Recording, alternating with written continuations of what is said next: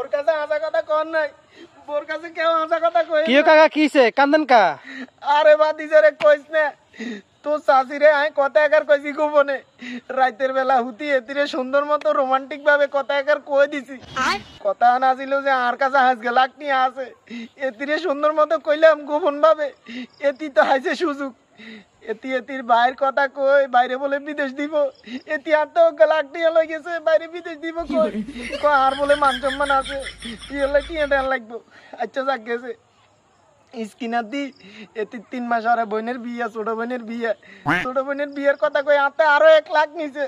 তো আই যদি টিয়া না দি এদিনে মান সম্মান থাকতো না, আরো থাকতো না। যাক দিলাম, গেলনি 2 লাখ।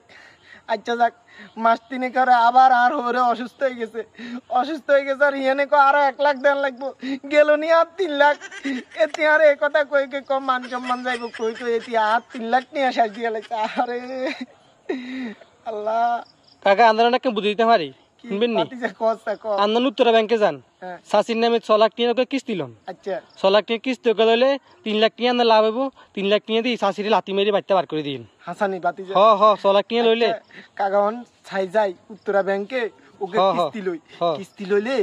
আচ্ছা 3 লাখ আর বেত থাকবে। 3 লাখ আন্দা বেত থাকবো। তুই কাকা আর কলজার কাকা, তুই আর কষ্ট দিছে, তুই আর কলজার বাতিজা, তুই আর কষ্ট বুঝছত বাতিজা, বালা কাম করছত কাকা। কাকা ওনা জান দেরি করি না। আল্লাহ হাফেজ।